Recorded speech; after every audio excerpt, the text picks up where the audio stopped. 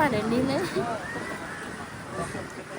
Dialogue പറഞ്ഞത് പരീക്ഷൻ്റെ തലേന്ന് ഇങ്ങനെ വന്നു. അത് 2 പരീക്ഷ ഉള്ള തലേന്ന് ഇങ്ങനെ വന്നിരുന്നു.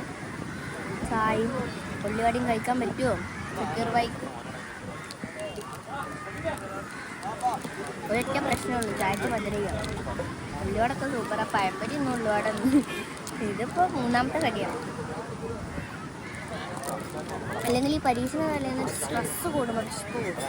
നമുക്ക് അങ്ങനെ ഉണ്ടോ?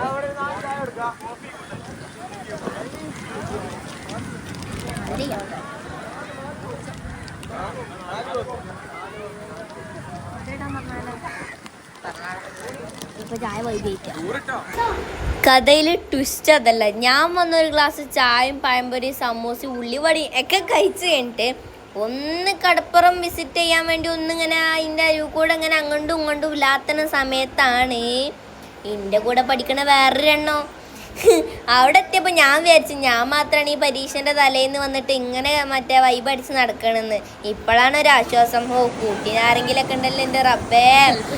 അല്ല ഇനിയിപ്പോൾ പെരയെ പോയി പഠിക്കണ കാര്യം വെച്ചിട്ട് ഇപ്പം തന്നെ ബേജാറൊക്കെ ആവുന്നുണ്ട്. പിന്നെ ആ സ്ലേഹ പ്രകടനമൊക്കെ നിങ്ങൾ കണ്ടല്ലോ അല്ലേ? ചോരൻ്റെ കേസ് തരുന്നതാണ്. ചായ കുടിച്ചപ്പോൾ ഒരു ഉഷാറ്. പെരയെ പോയി പഠിക്കട്ടെ ഇനി.